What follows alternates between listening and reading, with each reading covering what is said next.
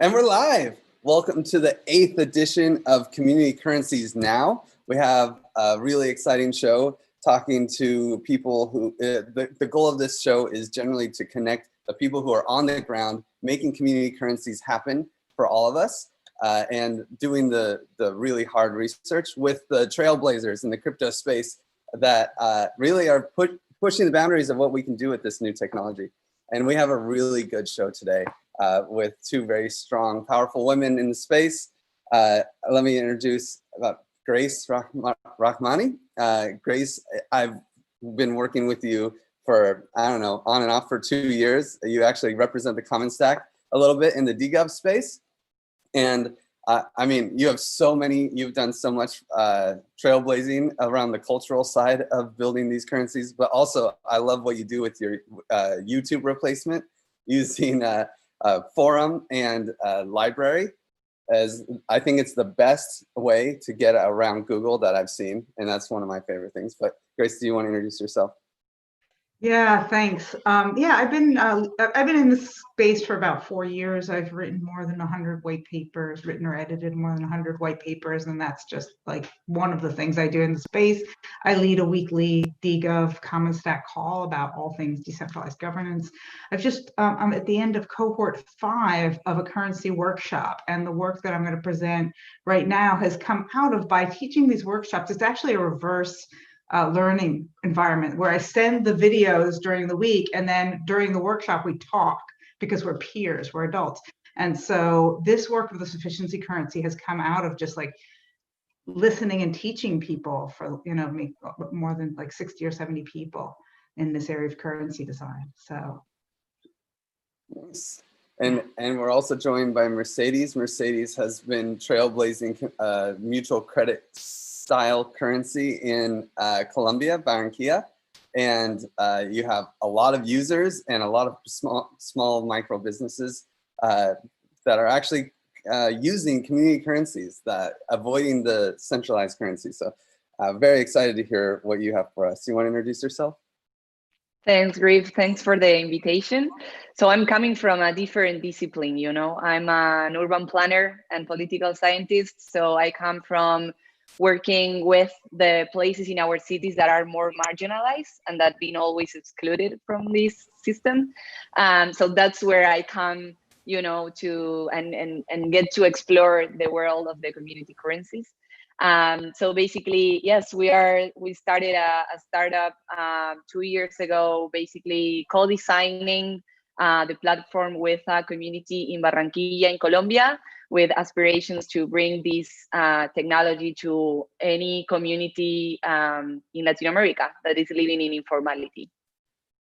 Wow, thank you. I'm really excited to see the overview of Quipu. And we're also, of course, joined by Julio, who is community manager for Circles, and we'll be taking Q&A from the audience. So if you have any questions, he's going to be checking it out and get them rotated in. Julio. Hello, everybody. Happy to be here. I'm Julio from Guatemala, based in Berlin, working on Circles, as Griff said, which is a universal basic income project. Yeah. Oh, and I guess I should introduce myself. I'm Griff Green, and I work on the Common Stack, and we're trying to create economies around causes and create regenerative economies that support public goods. But let's get started with Quipu. Mercedes, do you want to give us the rundown? Sure, let's share the screen. I forgot to say that I'm from Argentina and my project is in Colombia, but I'm Argentinian. I love that Julio is from Guatemala. We are represented here by the region. So as I was saying, our project is called Quipu. Basically, we started because we are stuck. We are very furious about the situation in the region and in the world, where 1 in every 4 people that live in cities live in an informal settlement, being a favela, a slum, these places in our cities where there's a lack of access to water and sanitation, infrastructure, proper public spaces. And at the same time, half of the workers in Latin America are informally employed. And what we've seen is that these two things, these two data points in the everyday life, we see it in these place-based informal economies. So these informal economies have a place. They are usually run by people's houses. And you can find whatever you're looking for, from any service to any product being offered locally. But what we've seen is that there are three main barriers to growth. There's a lack of information and visibility of what is being offered and where. There's a lack of cash flow. There's not enough fiat currency to trade. And third, the access to capital is completely predatory. So the predatory lending could be up to 200% interest rate or more. And with COVID-19, what we are seeing is an emergency on top of a pre-existing emergency. These are places in our cities that always live in constant economic crisis. With COVID-19, informality and poverty are rising, so the emergency is bigger. But at the same time, these are places that have access to smartphones. There's access to internet and smartphones. People trade using WhatsApp and Facebook. And there's a strong community network. And a strong identity with the place where they come from and where they live. So there's where we come in. There's where we started creating Quipu as digital community marketplaces. This part is very important for us. These are community marketplaces for informal micro businesses to buy and sell locally without using money while building creditworthiness. And I will explain you now how it works. Quipu were the record-keeping devices used by the Incas for census data and transactions data. Was their written language. So we want to bring the Quipu to the 21st century. Basically, the marketplaces are an economic recovery tool. This is how we are framing it right now. It wasn't 6 months ago. We frame it in another way, but now it's an economic recovery tool, and we see it as a launchpad from financial uncertainty to financial prosperity, moving towards a more productive local economies. So basically, the marketplace gives visibility and enables transactions without using money, building this great mutual credit system. This creates data of the local economy's behavior that is not existent today, being like these informal local economies. And thirdly, unlocks access to equitable financial services. So how it works is basically a mutual credit system. So I don't know if I need to explain it here right now, but it's Danilis creates a profile on the app. She receives a certain amount of tokens with which she buys shoes from Julia. Julia using the tokens. She can also use pesos and tokens, buys arepas from another neighbor. So this is a whole chain of transactions where they are not using money, but they are using the local token that is based on the production capacity of the community and is meant for exchange and not for accumulation. So basically, these trading systems are increasing purchasing and saving power in pesos. We started in 2018 with a whole co-design process with people living in a public housing neighborhood in Colombia. We launched last month with support of the IDB Lab and with a microfinance institution in Colombia. This is actually not updated. We have more than 500 registered users in a month with a whole digital campaign. And what we say is that in the front end is a marketplace, in the back end is a granular data of the informal economy that, as I was saying, now we don't have. So basically, we are moving towards how we can change the way in which financial services are designed and offered in this type of populations, and how actually we can use the data that they have already in their everyday purchases and in their everyday lives to create new financial services and really open access to a more equitable services. So this are the people that have been supporting us, and this is my team. I'm not alone. We are a team of really people coming from different backgrounds, from urban economists to computer scientists to urban planning and political science. And I would love if I can show you a little bit how the marketplace looks like right now in the neighborhood. So basically, it's a web-based app because phones in these places, they don't have enough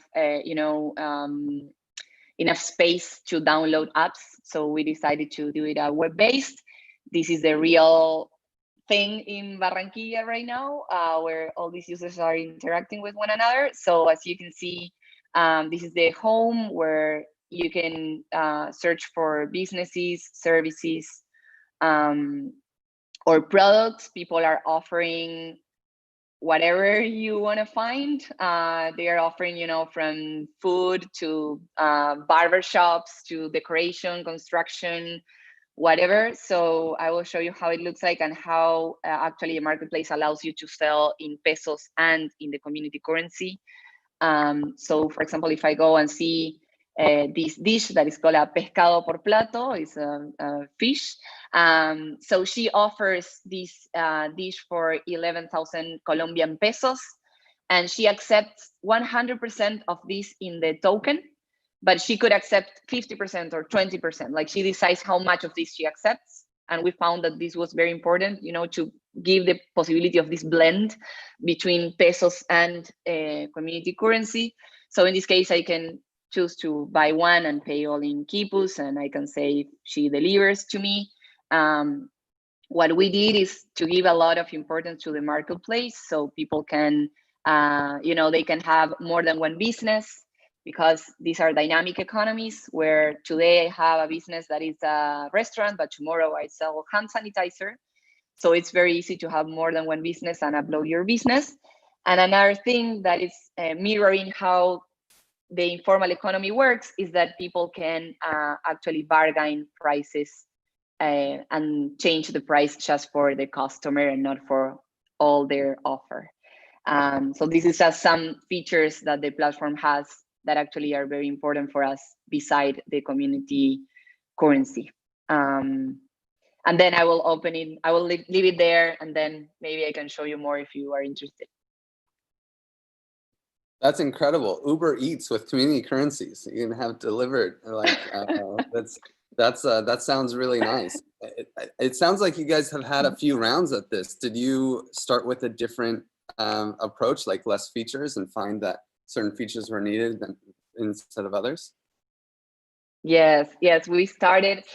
So I started being completely motivated by Will Rudik with grassroots economics in Kenya, and by Banco Palmas in Brazil. You know, I came from that like mindset of thinking of community currencies as a way of you know, redesigning communities' economies. That was my passion. And I actually, this was like my thesis for my master's in city planning. My thesis was how we could use technology to foster a more collaborative economy in the marginalized spaces of our cities. So I went with that question, thinking of the community currencies, like that was the thing I wanted to. And when I arrived there, and we started doing all these workshops with the community, and the people were like, hey, we want, as you were saying, we want an Uber for our, you know, our businesses. Like, why we can, you know, why don't create a marketplace for our own offer? So then the community marketplace started to have a lot of weight beside the currency. So we put a lot of effort on that design of like what are the features that a community platform should have, thinking of these spaces of commerce. So there's where we're actually started, and then we've been 2 years actually iterating the product and going back and forth and adding things, taking things out, and making it really very friendly for these type of users. That is so cool. Well, let's check out what Grace has for us too. And thank you for the great presentation, Mercedes. And if you guys have any questions for her after Grace presents, we're gonna have probably half an hour to just chat it up. So feel free to type in YouTube and tell us, ask any questions you want. But Grace, do you want to give us an introduction to your project? Sure. So I love these community currencies, especially the way that they've been using in marginalized communities. These are places where there isn't cash, right? And as Mercedes put out, like, the access to capital and the access to any kind of economy at all is really important in these communities. But what we've seen for the last 40 years in advanced communities where they're already integrated into the regular capitalist system is community currencies don't work. I mean, Berkshire's has been bleeding money forever, right? And it's because those are not marginalized communities, and there isn't, and people are like, well, why would I use funny money? There's plenty of other money, regular money going around. And so I'm looking at this flow and I'm thinking, well, what are we up to, right? What is the goal? And it's actually almost the opposite. It's like once you get into the flow of the economy, it's like now I'm on this treadmill, which never lets me get out, and I don't have a pension, and I'm just running and running and running. So what's the way out? And people have been looking at these alternative communities, eco-villages, permaculture, and that kind of thing. And I thought, okay, well, what's the goal? Right. And what's really different about the way that I'm looking at this is I'm not looking at the conventional economy, because I think that a lot of us are getting the sense, you may disagree with me, but that the current economy is kind of broken and starting to actually fall apart. And that the goal for growth doesn't make sense for a lot of us. Obviously, in the favelas, it makes a lot of sense. You need to grow. But for those of us who are like, wow, I need a new iPhone, growth isn't like, right? And it's actually harming us, because what we've done is take away the things we used to get for free in order to show GDP growth. So it's like, when I was young, I'm a little older than you, like, if you had a ball, you could play baseball. You went out and you ball in the bat and you played in the backyard. Now you got to pay for your kid to be in a club, and that grows the GDP. So it's almost like things are being taken away from us. And so like, okay, well, where do we want to go to next, right? And so that's what I've been working on. The Voice of Humanity is sort of my umbrella for all this idea of global governance. And I've been moving my thoughts around global governance from this idea that global governance is these chunks of things like proposal making and voting, to what governance is the flows and protocols between us. And money is a really important protocol.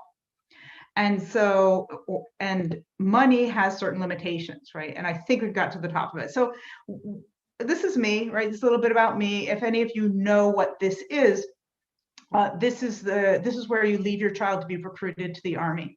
And this is me leaving my child to be recruited to the army. And when I moved to Israel, I thought, you're not sharing screen. Oh, sorry. Oh, you're not sharing screen. Okay. So share. This is what I want to share. So yeah, so this is me, right? So this is a picture of, where you leave your child, right? So when they're not a child anymore, and you leave them there for 2 or 3 years, depending on the gender. Obviously, I got to leave one for 2, one for 3. And, when I moved to Israel, like, it was kind of in my mind, like, I'm going to change the world, and my children are never going to have to go to the army, right? Like 30 years later, oh, well. So like, this goal we've had forever, it's like, we're not getting closer to it, right? And then what is the goal, right? So, ooh, that goes the wrong way. So here's the mission, right? Like, here's the goal. We all want to be in the Star Trek post-money world, right? Like that, we don't work for just to gather wealth anymore.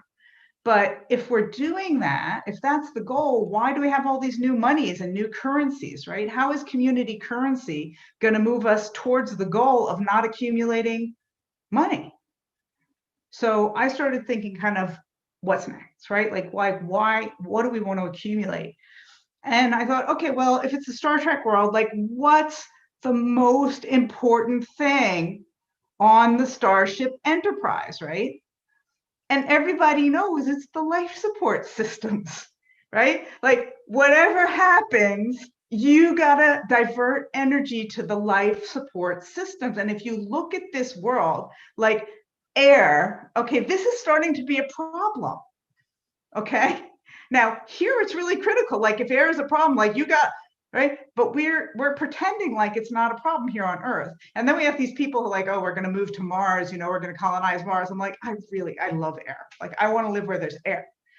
And, like, I don't scuba dive, I don't wanna be an astronaut, right? Water and food, and to some degree, education and health. And this is where people talk about universal basic income, but universal basic income is money. And that was the best we could do. Like, money is a very, very blunt instrument.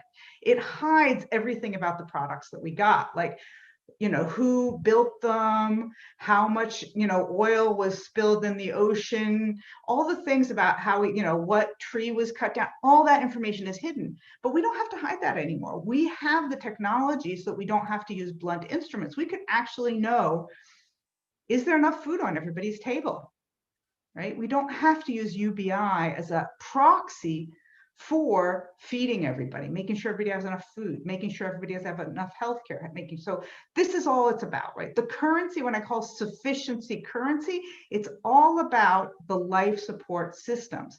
Like, if you could imagine kind of an extreme view, and I'm not necessarily advocating it, but like, what if you lived in a society where it's like, well, you don't get to upgrade your phone if there's one person in your town who's hungry. Like, first the money goes there. And we actually always make that decision. It's like, I'm going to get a computer for my kid rather than I'm going to save somebody else's kid from starvation. We don't think of it that way, but that is the truth, right? In some kind of weird way.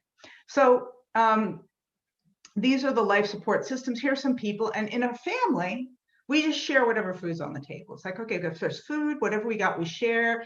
And different families may have different traditions when the food is scarce, who eats first or whatever. But we don't, you know, nobody's like, I'm going to take all the food because I'm bigger and stronger than everybody else in the family. There usually is a person like that, but that's not how it works in the family. And we've seen that expand like to the next level, which is we live in an eco-village or a permaculture village. And in our permaculture village, if there's food on the table, we share it among ourselves. And so I said, these are the perfect areas. These are people who are moving beyond our existing system into how do I start to live in a more cooperative way where life support systems for everybody are the norm. And we haven't been able to do that beyond Dunbar's number, but why shouldn't we be able to? And the way that I thought about that is every one of these communities is a hold-on or a membrane. And in their community, they have rules, and different rules for different communities. Like if we have enough food, we all share it. And if we have too much, we can share it with the community next door. And, you know, and if you live in one of these communities, it might be like you have to donate this much of your salary to the community and the rest is yours, but this is the community's money. Okay, well, what if instead of thinking about each individual, we think about each community? And we had a system of barter, except we don't charge money to each other, which just said, look, we've got a surplus of this, you've got a surplus of that, we need this, we need that. And every quarter we could look together as one big happy family, 5 communities, 10 communities, 20 communities, say, you know what, we're going to be 20,000 euros short this quarter. What do we do? And then we all sit together and say, okay, who's got more access to cash? How do we do that? Or we're going to be, you know, whatever, this many tons of grain short, or we've got this much surplus. And that's what I mean by sufficiency currency. Like, it's a currency, it's not money. It's, I want to see all the flows of the stuff around me. And I want to be able to exchange that, not for money, but just because these people are my family. If I've got too much, I give to them. And so there's really 2 levels of this. One is we need to make sure everybody has life support systems.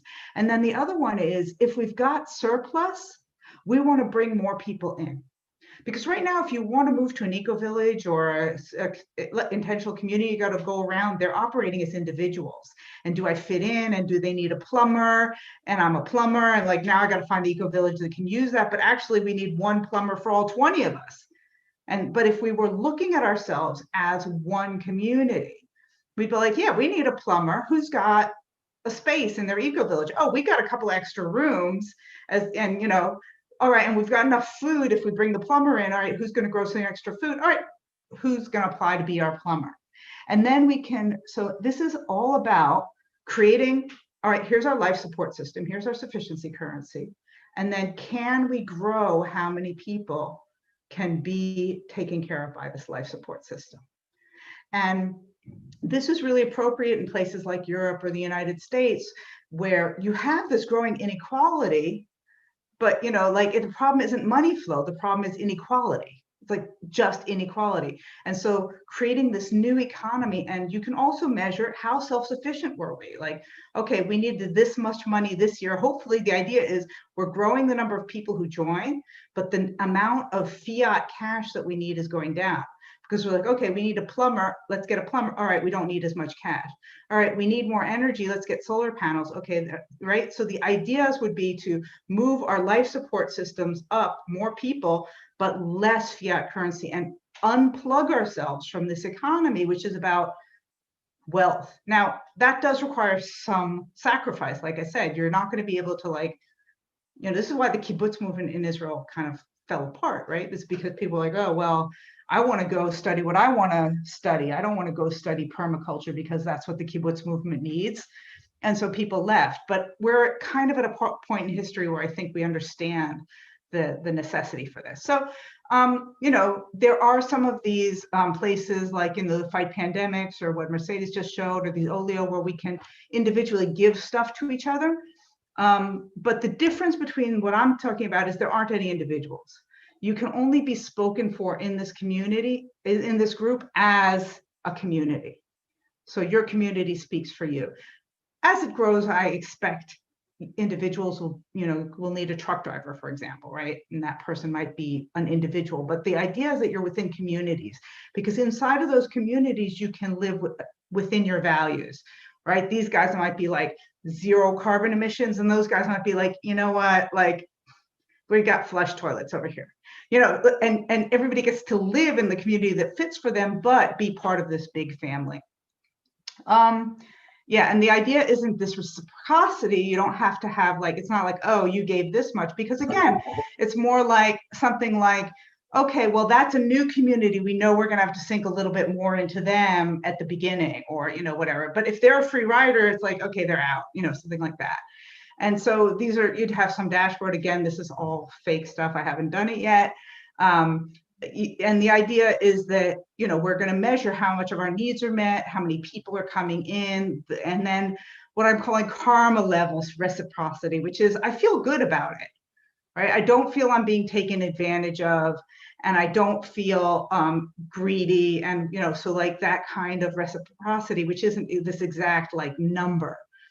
That's really what I have it all on my GitHub. Right now, I'm actually going to be spending 2 months driving around Europe, meeting with these communities, speaking with them. If people have good connections with any of these communities that you think would be interested in joining something like that, really happy to hear about it. That's what I'm up to these days. Very cool. Very cool. Yeah. Well, it sounds like a culture of giving, right? That you're trying to expand the gift economy from a nuclear family just to another level. Would that be fair?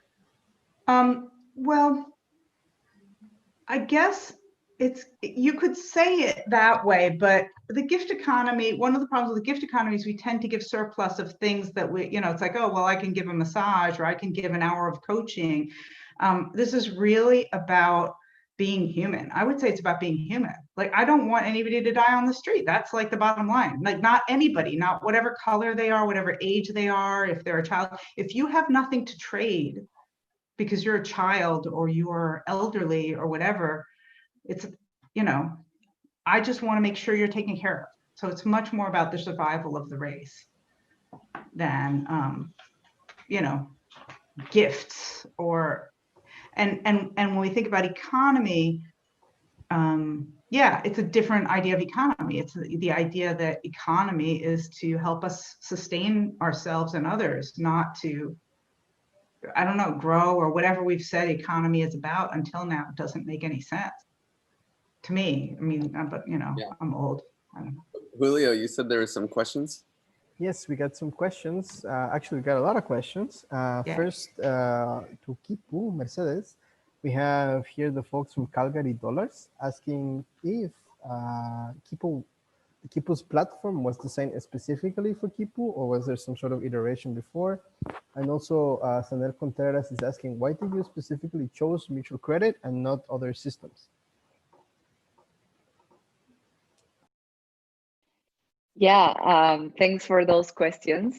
Those are, I jump in? Yeah.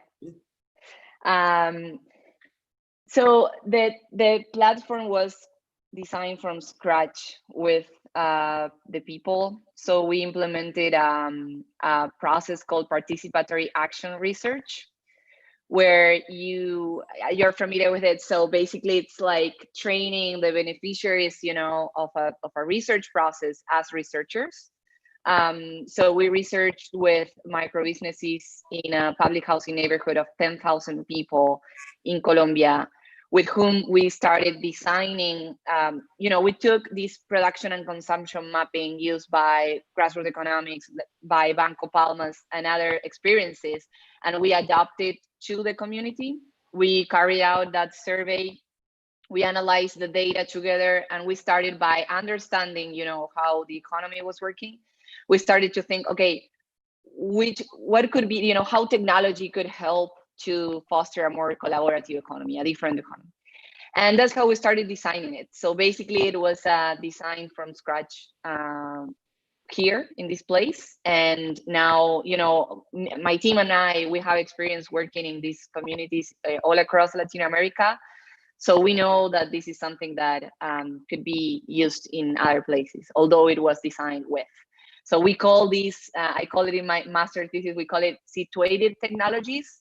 So how we can design a technology that is place-based and that it has a place. And although you can use it in other places, you know, it was designed with the users. So that was very important for us. And the second question about the mutual credit system, it's a weird mutual credit system, what we are doing. You know, it's something that we are experimenting with, basically. So what we, and basically at the beginning, I was afraid of saying like, how are we starting this, you know, like how much money should we be issuing? Like, you know, you never know. And I read so many papers and studied cases, and actually by talking with Will from Grassroots and other people, and they were like, you know, this is a whole experiment, just like try out whatever you think could be going, and it will be an ongoing experiment. So we started by saying, okay, let's issue 30,000 Colombian pesos in vouchers, in digital vouchers, we call it, or in tokens, with which people can use in their first 3 purchases in the marketplace.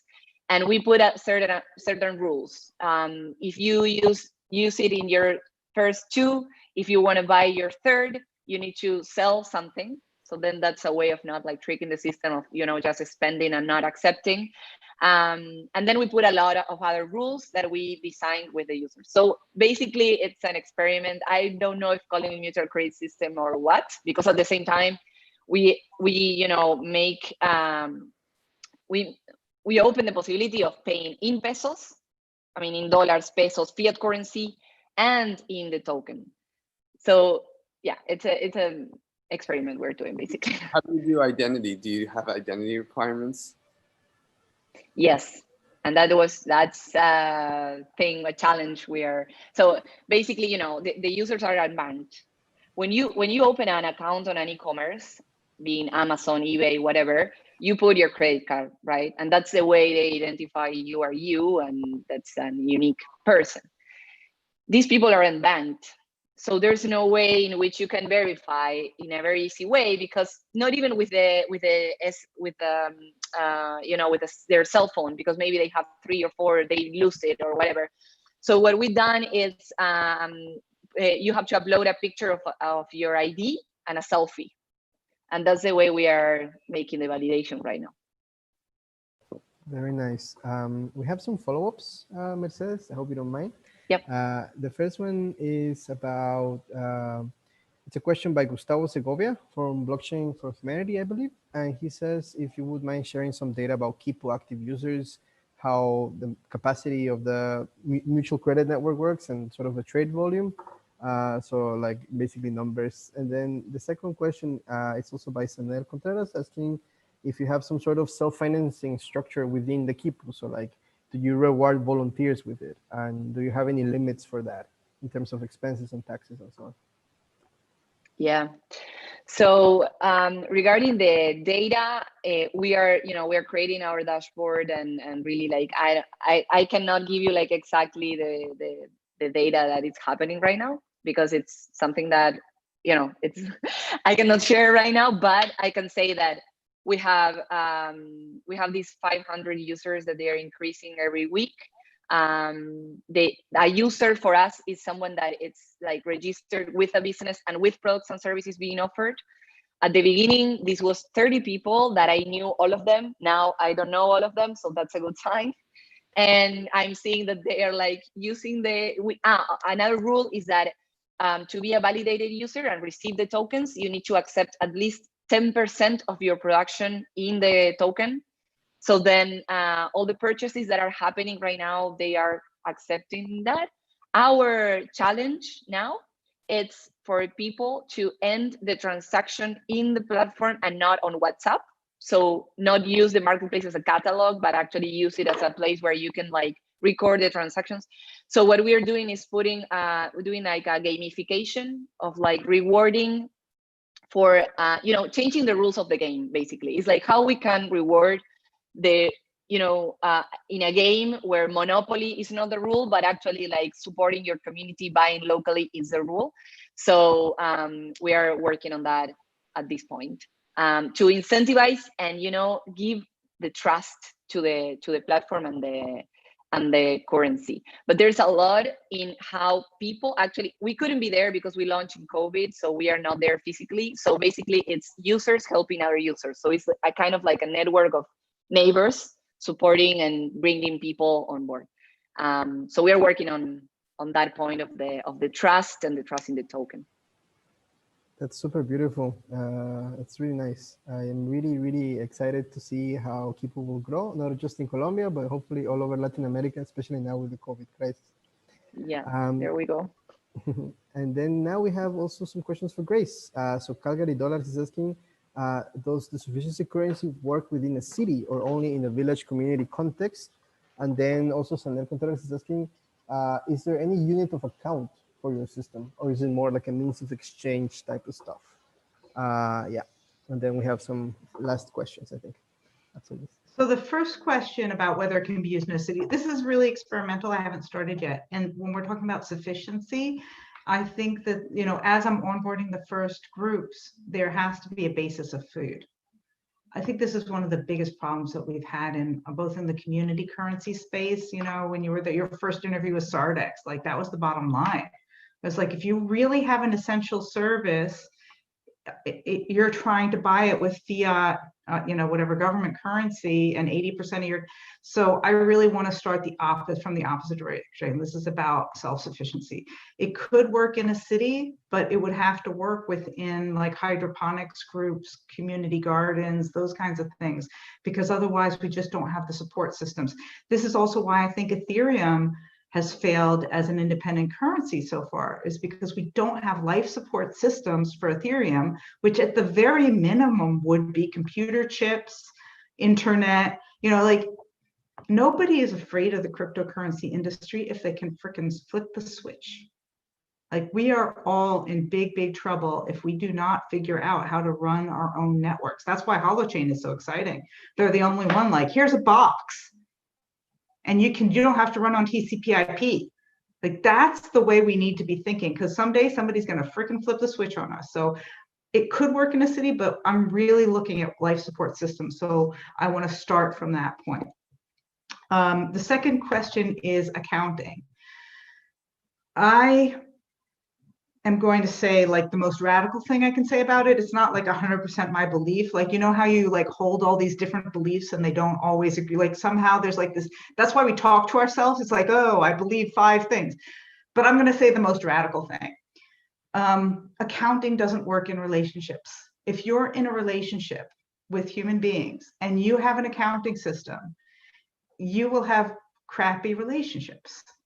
And a lot of people, probably most people, are in those kind of relationships, right? Like, what did I do for you? What did you do for me? But we all know the quality of a relationship in which you just give because that's the point. And we all know the quality of our life when we have more and more of those relationships. And a tremendous amount of what I've been doing with Common Stack and DGov and whatever, not a tremendous amount. Like, has anybody paid me for any of this? Like, how many years have I done it, right? There's no accounting system, and it's not about that. It's about being human and restoring our relationships. Money has a quality to it, which is, it's intentional, which is like, here's money, I'll give you, you give me coffee, and if it's not better than the guy next door, I'll give him money tomorrow. It's not like, hey, my mom made me dinner and it wasn't that good, I'm going to go to somebody else's mom, right? And so it's not about that at all. It's really about taking care of one another and increasing the pie. You know, that's what ecology and economy really is about. Yeah, the quantification of like relationships is, oof, Yeah. thank Yeah, you. and I would want to account for growth, right? Like I want to know, am I in a virtuous spiral, right? Are things getting better? Am I getting more in, are we as a group accounting for our health? Yes. As an individual, no. Yeah. Are there more questions, Celia? There are, yeah, we can either go into discussion, but also there are always some questions. Actually, funnily enough, I think, yeah, was it, yes, Sanel asked a question actually about the revenue structures for your projects.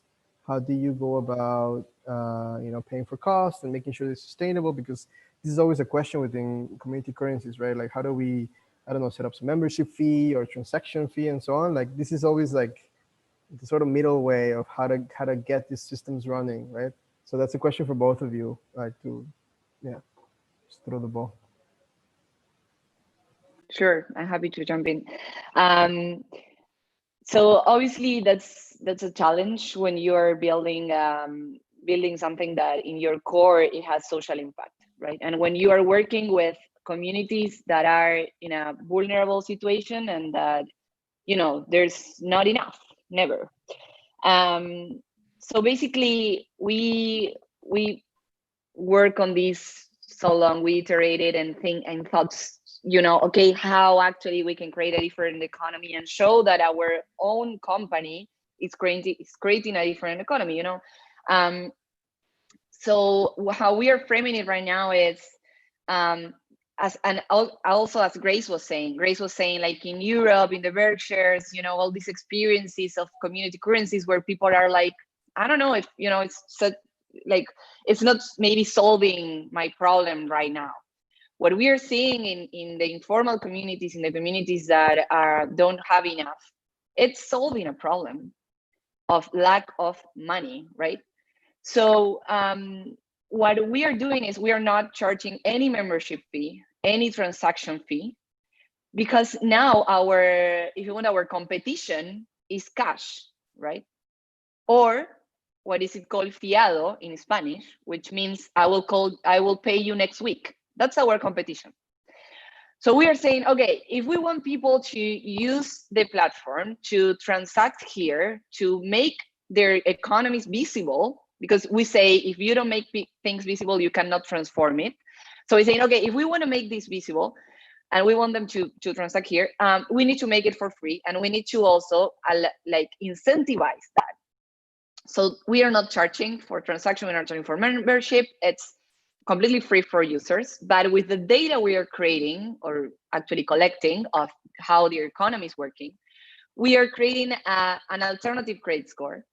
We are creating an alternative credit score that it's putting there not just their transactions, but other data of their behavior as a community and their potential as a community, to think of their credit worthiness in a completely different way, not just on their past, that is usually how credit you know, as a assessment is done, but thinking of their credit, of their potential in the future, not just as individuals, but as a community, of where that individual is coming from. And there's where we are thinking of our revenue being, how we can start offering financial services that are in fiat currency, not because they need the money, so it's not in community currency, but it's using all this data of their community behavior to build new financial services that are really tailored for the informal popular economy, that's different from what is being offered right now. So obviously the idea of this is that within a fairly short time, this is sustainable.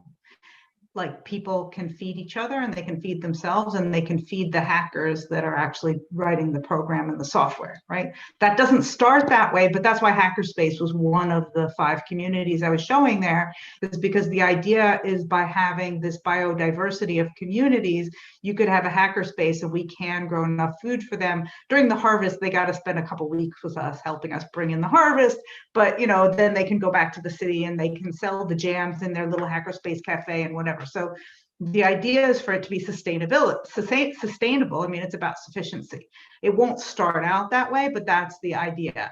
So, and the idea is like, I don't, you know, like, I think some of us may have a sense that the current financial system will end up being less sustainable than in a decade. Like, we're kind of in a rush because things are going downhill fast, right?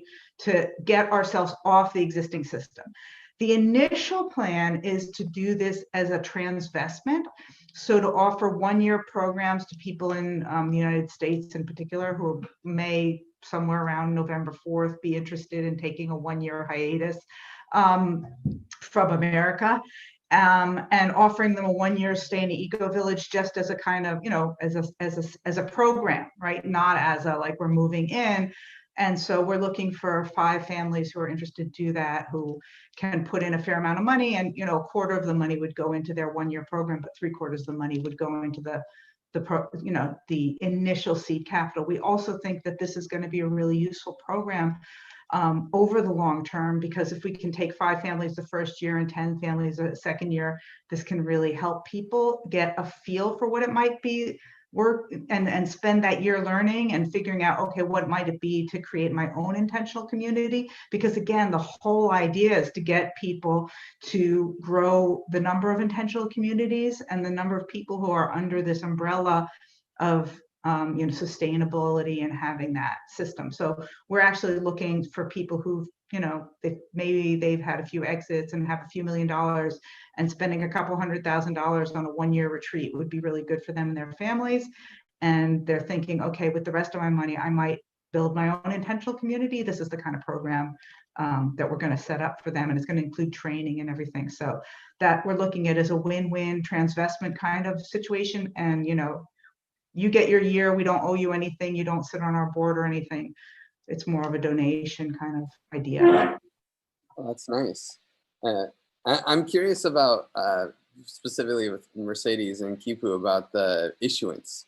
You say that 30,000 pesos are created for every new user. And then also it almost sounds like there might be some potential incentive, future incentivization for, you know, gamifying the top users of the platform, and how you maybe control the exchange rate, or, you know, ensure that you know, there isn't too much demand for the mutual credit currency, or not enough.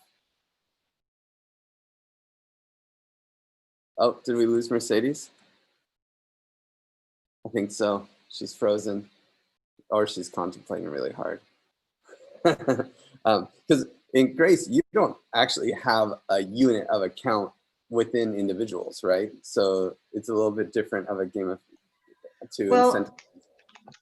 Initially, it would have to be something like you're in good standing. So that would be a reputation currency, because we do want people to have the ability to move from community to community. And like I said, there might be a truck driver or people who provide services to the community who want to be cared for by the community, but they're not in the community. And so we do want some kind of reputation that does signal, okay, I'm the plumber and I'm within the, you know, so we do want to, you know, and I'm a 5-star plumber or a 4-star plumber. So we do want to have some sort of reputation currency. We're going to start with just like basically in good standing, not in good standing, being on trial, but we know that's not good enough, right? We know that that's just kind of initial, but we think that as individuals, you have a reputation currency. And I also think that there'll be reputation currencies for the communities themselves, which are more like values. Because at the beginning, like you're in the, you know, like we're going to screen you if you're in the group. But over time, we want every every membrane to have the ability to trade with each other. And you might be like, well, we're developing, you know, medical, like at some point we want to have, let's say, a hospital or a scientific institute. And we're developing these, you know, whatever, you know, you can use the hospital. That's one of the communities that we're supporting. But if you're an anti-vax community, we don't give you healthcare, right? Like we want, and I'm not saying, right, what the values are, but like that each community would be able to signal its values. It's like, oh, you're not zero carbon, we don't want to trade with you. But so that the communities would have the ability to see one another's value system and then have the freedom to interact however they want to interact with one another. So we think of reputation currency as much more important than an accounting system. Absolutely. I think that we're missing out on a lot of innovative opportunities to create value within a platform. And it doesn't always have to be printing money, the exchangeable currency that we think of. It can be gamification through certifications, like, oh, you get a badge and now you're a super user, which unlocks these opportunities, or and it's non-transferable. It's just like, but it's still a gamification. It still makes people want to use the platform. It still makes people feel like they're recognized for the value they're contributing by supporting the platform, which I think is the core of actually what we want to do for creating a sustainable system to support these currencies. We need to just make sure that people value that their participation in the system is valued. But Mercedes, you're back. And I was curious about the issuance and how you are gamifying, because you hinted at that earlier. Yeah, so we're in the middle of the design of this game, basically, of how they unlock different stages and what is the incentive, you know, that you get from unlocking those stages.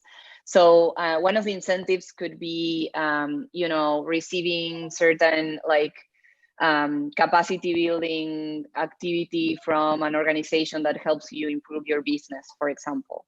Could be getting a discount in paying your energy bill, or any other type of things that we are trying to find, like different partners where we can provide discounts for our users or access the things that they need, their basic needs that are not provided by the community, are provided outside at a better rate.